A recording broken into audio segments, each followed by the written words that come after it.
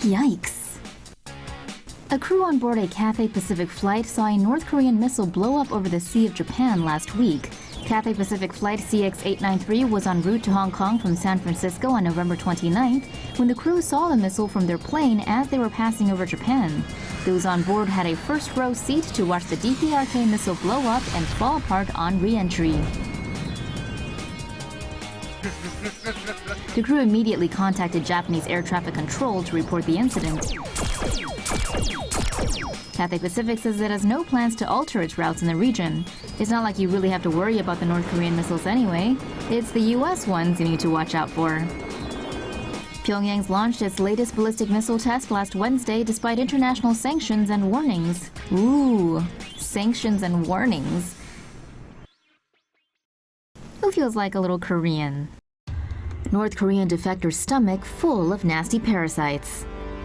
The contents of a recent North Korean defector's stomach paint a hopeless picture of what life is really like inside the Hermit Kingdom. The North Korean border guard was shot several times while fleeing across the demilitarized zone to South Korea last week. Medical staff treating the defector say they found numerous parasites inside his body. Several of these were removed from his digestive tract, including one 27-centimeter-long roundworm. They were likely caused by farming practices in the north where human excrement is used for fertilizer due to a lack of chemical fertilizer. Known as night soil, this practice is notorious for spreading parasites and disease. And that god-awful practice was championed by this guy. And he's full of it. Very full. How would the U.S. military fight North Korea?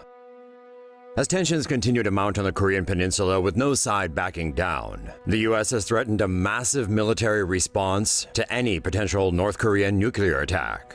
But what would that look like? The U.S. would likely deploy large groups of its Navy and Air Force to Japan, Okinawa, and Guam to bolster military presence there. A Stratfor analyst told Business Insider that they'd also possibly maneuver submarines and ships closer to the north and target nuclear facilities through airstrikes. Helicopter-deployed buoys would listen for North Korean submarines, which could then be destroyed by more advanced American underwater craft. Experts reckon the U.S. would not invade, but rather defend South Korea as the North Korean army charges the border. This scenario would also see U.S. Special Forces parachuting into strategic locations around Pyongyang for surgical strikes. If, in the extremely unlikely scenario, North Korea strikes Guam or another U.S. territory or ally with a nuclear strike, the U.S. has the option to respond via land, sea, or air. Most agree that the resulting American retaliation would lay waste to Pyongyang and kill thousands, if not millions. Or, you know, Kim Jong-un and Donald Trump could just simply step into the octagon and see what happens. North Korea developing solid fuel missiles? Maybe. If you believe North Korean news, it looks like Kim Jong-un has the country developing new solid fuel missiles.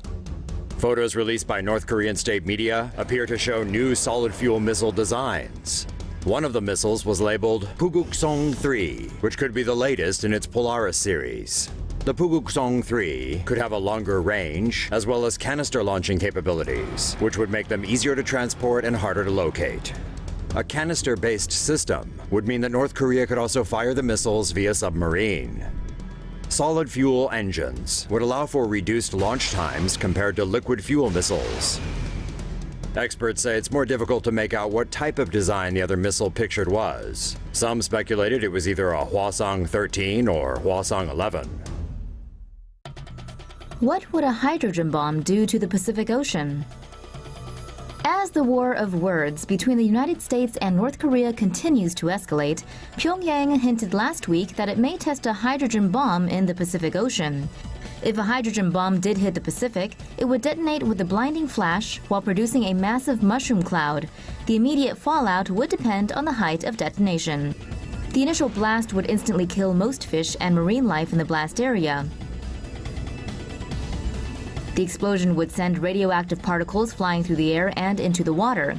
Wind also has the potential to carry the particles hundreds of miles. The smoke created at the strike zone could potentially block out sunlight, hurting organisms that utilize photosynthesis. Radiation would lead to severe health problems for surrounding aquatic life. Humans could also be affected if radioactive fallout reaches land. Particles could contaminate air, water, and soil.